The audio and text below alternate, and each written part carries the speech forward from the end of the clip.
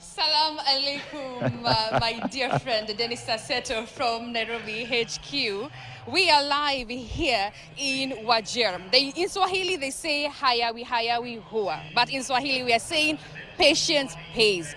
63 years later, a national holiday being hosted here in a northeastern region. Quite a big deal for the residents here, as they said that normally they've been watching it, they've been just hearing about it, they've been feeling that they're really off, they're not part of the country.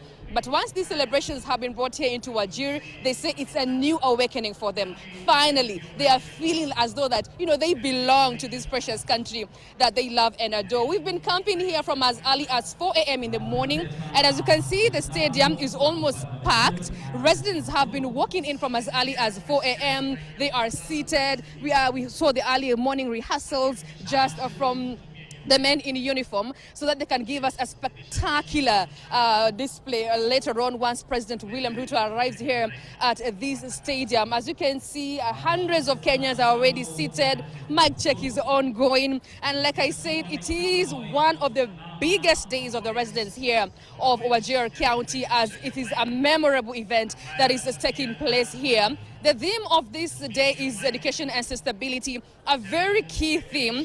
Remember, sadly, we have lost 16 young souls following the school fire that happened last week. So this year's theme is coming at a very pivotal role. We want to understand more of it. Remember, President William Ruto has really not said much about that particular event, but we know that he's been sending his team, the Education Cabinet Secretary Julius Bigambo, as well as Interior Cabinet Secretary Kipchumba Murkomen, who have been on the ground just to survey things for him. He has not yet said much about it officially, but of course that is one of the key things that we are expecting from his address this morning. But just away from that, I'm not alone, Aseto. I'm joined by our very own Ahmed Hussein, who's our reporter from Wajir. Finally, we have come. We have come to you guys. How does this even feel when a national event is being hosted here? It's very exciting. It's very, very exciting. It's something that has never happened before. President from his region have been yearning for all of it all these years, because having covered people from remote areas, people who have all this time been watching these kind of occasions on TV, or rather even I've never heard of it, and today it's being here. Remember that the northern region has been the forgotten part of the country for a long time, and basic resources, even a Madaraka Day here, even basic resources, they have not been getting. So as a journalist, we've been covering this region all these years, speaking to people in villages, in remote areas, talking about how they want to be part of the government and how they have been left out, to this occasion where Wajir is hosting its first, and the first for the larger northern Kenya. Is very exciting, it's very inspiring. And the whole of this week, Grace, excitement has been building. People they could not wait. When it was first of all announced, majority of the other Kenyans doubted whether it's going to happen, whether this stadium is going to be complete, but you can see it's just a state of the art. It's a landmark, a very monumental for the people of Wajir, and for myself as a resident of Wajir, having born here in Wajir County, it feels great. It really feels great. I can imagine, but I just want to understand, growing up, how was it? Where were you watching it from? You were told you were watching it. Was it through TV, radio, or you were just like, okay, one day maybe it will come? And did you even envision that a day like this will come and you are covering this Mashujadi from your own region? Well, growing up, I think radio has been the only thing that we are able to listen to it. But even more so, because of all the signals and everything, it has not been possible. So people have been hearing that there is national celebrations, but for me, growing up and not having not watched it, having not seen it, because this place is very remote, to today covering it, it gives me immense pleasure, very, very immense pleasure. I'm so happy, I'm so excited, and I'm very, very happy for these people, because you can remember that this now is actually, it's actually erasing the misconceptions about whether these people are part of the country. For a long time, since revolution has come in, they've started getting resources, and right now, Wajir hosting this and being part of this, it's very great day, Grace. But now, looking back, for these people, this is not only a state function, it's also a long-awaited moment of recognition. They feel like now they are at the center of national development. They feel like now they are part and parcel of this country. They have been part constitutionally, they are Kenyans. But before, they used to say when you're going to Nairobi, you're going to Kenya.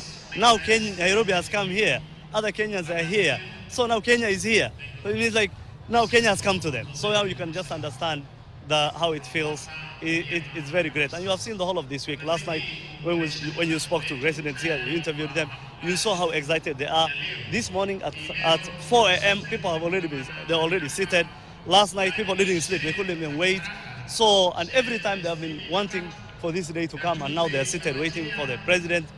For them to see the president inspect a guard of honor here in Wajir Stadium, that is what they have never, ever, even seeing it, they have never even dreamt of, witnessing it. And today they have a chance. So it's a great, great event here. It's a great day. And hopefully this now will be the start of a new era for them. It changes everything. That Kenya as a country and northeastern region, they have come from far, and today they're enjoying it. It is beautifully said there, because it says that Nairobi has now come to the northern eastern region, and the KTN Mombasa Road, we have brought it here as well. But let us also talk about the education, because that is the theme. I'm sure you've gone through the education system from here, and even when we were coming, there were some schools that we were seeing, and they were not in as some of the good states. What are you really anticipating to hear from the president in terms of changing the education sector in this particular region? Well, the education in this region has been lagging behind, and solely you've seen all the challenges. Infrastructure-wise, it's been down, and then there's also the teacher exodus from this region because of insecurity, and those issues right now, at least for the last few years, it's been very stable. But it's still the foundation level of the education system that's coming up now. It needs to resonate with these people.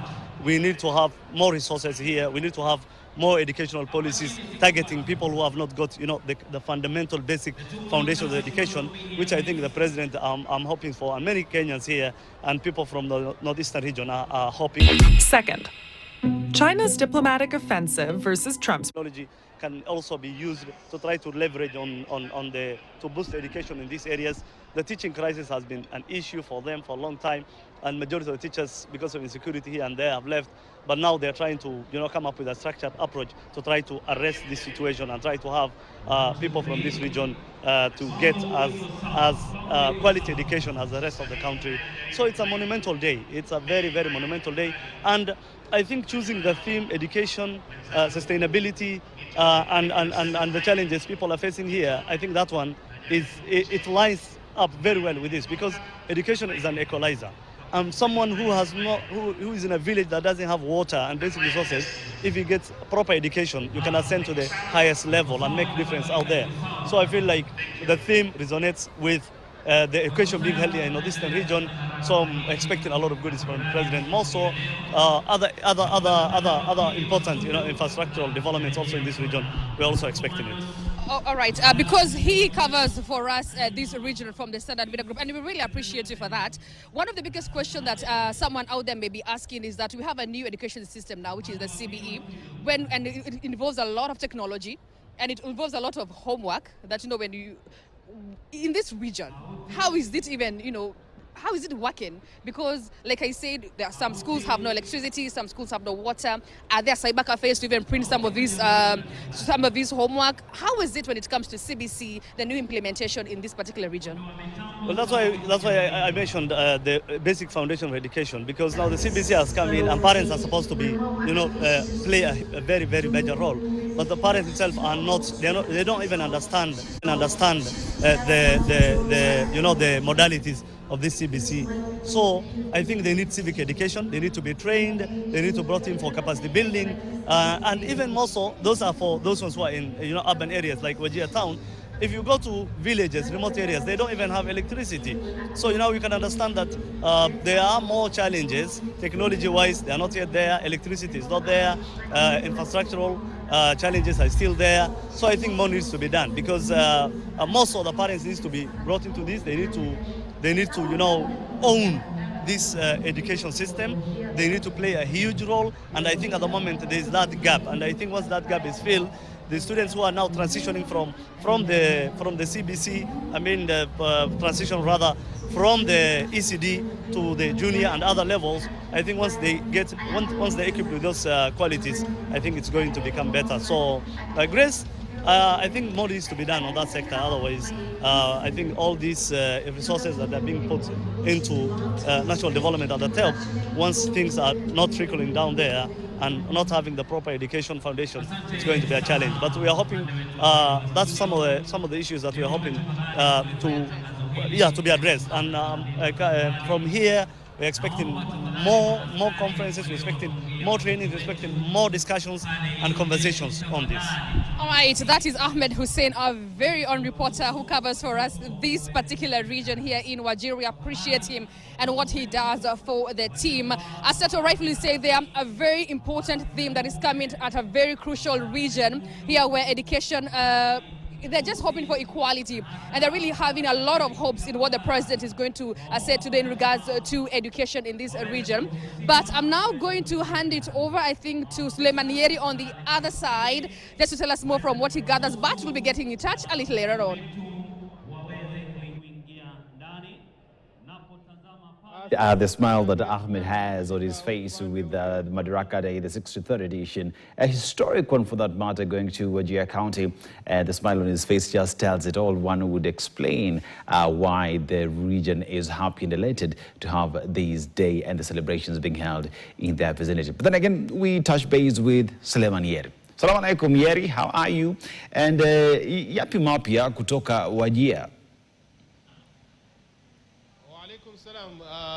Ibrahim Aseto, mengi kutoka hapa Wajir. Kwa kweli ni tabasamu, furaha, kwa sababu hayawi yamekuwa. Leo ndio siku ya mwana kuzaliwa hapa katika kaunti hii ya Wajir, ikiwa ndio kwa mara ya kwanza katika miaka 63 ya uhuru wa taifa hili la Kenya wanapata sherehe hizi za Madaraka kufanyika katika eneo hili. Ulipomsikiza Ahmed Hussein awali akisema kwamba Kenya iko Wajir, kwa maana gani? Yani taifa zima limefika katika eneo hili ili kuweza kuhakikisha kwamba wao pia wanajihisi kwamba ni wa Kenya, na sio tu wa Kenya wakati taifa linaenda katika uchaguzi. Viongozi wanakuja hapa kuwaomba kura zao, lakini nao pia wanajipata wapo katika ile keki ya taifa. Wao ni miongoni mwa wale ambao wanahitajika kuhusika katika ujenzi wa taifa hili na kulisongeza mbele.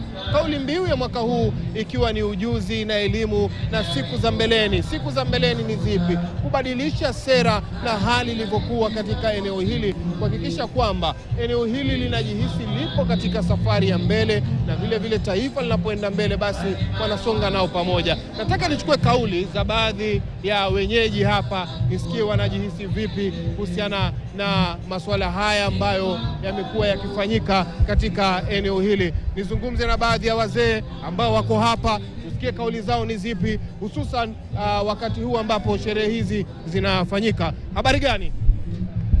Unajihisi vipi hizi sherehe kuja hapa Wajir leo? Sherehe iko sawa, nzuri, tuko tayari kusikiza rais. Haya, vipi unajihisi vipi kuwa katika sherehe hizi leo hapa? Wajir farahi sana, mzuri sana. Unajivunia nini hasa katika hii hali uliona, uwanja, barabara? Kuna furaha kwa kuleta Madaraka Day, na furaha sana sana. Asante sana. Hao ni baadhi tu ya wakazi wa eneo hili la Wajir ambao wanajihisi kwamba wapo vyema sana, hususan kutokana na swala hili. Uwanja huu tayari umejaa kwa sababu kadri tunavyoona wakazi wameingia takriban 10,000 hapa, ambapo wanatarajiwa kufika hapa kuhudhuria sherehe hizi za Madaraka ambazo zinafanyika hapa. Nisikie baadhi ya kauli za wazee ambao wako hapa. Vipi bwana, mzima? Unajihisi vipi kuwa hapa leo hii na sherehe hizi kuandaliwa huku kwa mara ya kwanza? Niko na furaha tele. Sherehe inaandaliwa hapa Wajir ama kaskazini mashariki kwa mara ya kwanza tangu tupate uhuru. Kwa mnajihisi ni kama watu mliotengwa ama watu mliosahaulika, na nafasi hii kuja inawapatia nini hasa? No, hatukusahaulika, lakini kimaendeleo tulikuwa tumebaki nyuma kwa muda mrefu. Asante sana. Kimaendeleo wanajihisi kwamba walikuwa wamebaki nyuma kwa muda mrefu sana, lakini kwa sasa hivi wanajihisi nao pia wapo ndani ya taifa ambalo linawajali, linaangalia maendeleo tu, sio yanayofanyika katika sehemu nyingine, lakini maendeleo ambao pia yanaletwa katika sehemu yao ambao wapo ili kuweze kuzungumza. Tuzungumze nawe. Unajihisi vipi kuwa hapa leo hii? Tunafurahi sana, ni mara yetu ya kwanza kama kaskazini mashariki ambaye tulishuhudia Mashujaa Day ambaye imekuwa hapa kaunti yetu. So tunafurahi sana na tunashukuru Rais Ruto. Tunasema tu tamu sisi kama watu wa North Eastern. Tunashukuru sana na tuko furaha sana. We are very happy. Thank you.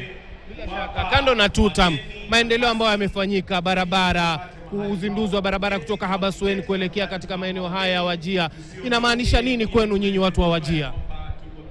Vile unajua rais amekuwa rais kitu ambaye hata haiwezi fika miaka 5, lakini tunaweza sema tumepata maendeleo kama hii stadium, tumepata state lodges, tumepata mabarabara, maji, lakini bado iko mingi ambaye hatujapata. Vile unajua North Eastern haina maji. Wakati ukame wanyama wanakufa, watu wanakufa, bado tunaomba serikali watu waongeze maendeleo ili tupate maji, tupate barabara, tupate kitu mingi, tupate mashule. Hatuna universities, hakuna level 5 hospital ama level 6 hospital, bado iko kitu mingi hatujapata, lakini tuko na tamaa ambaye kama tunaweza pata kwa serikali ya Kenya kwanza, kama tunaweza pata kitu mingi ambayo tunataka. Tumezungumzia masuala ya level 5, level 6, tumeona referral limejengwa hapa sasa hivi. Hii inaonyesha kwamba matibabu yatakuwa hapa karibu. Umeitisha kuwe na chuo kikuu hapa, na kauli mbiu ya Madaraka Day ni masuala ya elimu na vile vile ujuzi. Unadhani kwamba kuna haja ya kupanua elimu ama kielimu eneo hili lilikuwa limesalia nyuma ama liko vipi? Naam, sisi kwa kama hizo hospitali nini bado tunahitaji iongezwe, lakini kama Madaraka Day leo inasimamia kitu kama education in future skills, bado tuna tamaa kubwa sana. Rais anatuongezea mashule, tukue na future, watoto wetu wakuwe na bright future, wakuwe na ujuzi, wapate skills, tupate kama TVETs, colleges. Tuko na tamaa sana, lakini tunaweza amini almost 80% am 70% ya maendeleo ya Kenya zingine sisi bado hatujapata, lakini sasa hii ndo ni kama Northern Kenya inazaliwa sasa hii. Thank you. Amezungumza kwa ufasaha, amezungumza kama mzalendo, mkazi, mzao wa eneo hili la Wajir, akizungumzia yale ambayo wanataka kuyaona katika miaka 63. Wanatamani, lakini sio matumaini tu. Kando na matumaini, wanatarajia kwamba kutakuwa na yale yanayotekelezwa, sio ahadi tu, iwe ni kauli ambazo zinatiliwa pondo, sio kauli ambazo tu zimekuwa zimezungumzwa na kuachiwa tu barabarani ambavyo wanasiasa hufanya. Kwa kweli eneo hili limebadilika pakubwa. Wenyewe ukiwasikia wanasema ungekuja Wajir lakini usingepata baadhi ya barabara, kwa sababu barabara zilikuwa na vumbi, ilikuwa ni ugumu kufika eneo hili, lakini sasa hivi kuna stima ambapo hiyo stima inawasaidia pakubwa kuweza kufanya shughuli zao. Na tukimzungumzia jana, tumeweza kumsikia katibu akisema kwamba stima hii ambayo imewekwa hapa sasa inafanywa juhudi iwe ni stima ambayo itakuwa ni ya kudumu, sio stima tu ambayo itakuwa ni ya muda mfupi na kupotea. Nizungumzie siku ya leo kwa sababu tayari tumeanza kuona viongozi mbalimbali ambao wameanza kuwasili katika eneo hili kuweza kuhutubu na vile vile kuweza kuhudhuria hafla hii ambayo inafanyika katika eneo hili. Tayari wa vijana, wanafunzi ambao walikuwa wanatarajiwa wamekaa katika sehemu zao. Majukwaa haya ambayo yako hapa, wananchi wameshajaa katika eneo hili. Unaona wananchi kutoka maeneo mbalimbali, na sio ati tu ni jamii moja ambayo iko hapa, ni Kenya nzima iko hapa, inawakilishwa hapa. Jamii zote kutoka maeneo mbalimbali unaziona hapa, zimejumuika hapa kuweza kusherehekea siku hii ya Madaraka, ambao ni sherehe za 63 zinafanyika katika kaunti hii. Kumbuke kwamba taifa limekuwa likibadilisha jinsi ambavyo imekuwa ikisherehekea sherehe hizi za kitaifa, zikizitoa katika baadhi ya eneo kwamba sherehe za kitaifa zilikuwa zinafanyika katika kaunti ya Nairobi peke yake, lakini sasa sherehe za kitaifa zimekuwa kwamba zinapelekwa kwa mwananchi, ili mwananchi naye aweze kujihisi kuwa sehemu ya serikali, sehemu ya taifa hili. Tumeziona kutoka ya kwanza ikifanyika katika kaunti ya Embu hadi sasa hivi ambayo inafanyika hapa katika ikiwa ya 17 inafanyika katika kaunti hii ya Wajir sasa hivi. Ni kwamba inawaonesha wananchi kwamba serikali inawajali wao. Serikali imekuwa ikiwahusisha wao katika utekelezaji wa masuala haya ya sherehe hizi za kitaifa. Ni sherehe moja tu ambayo inafanyika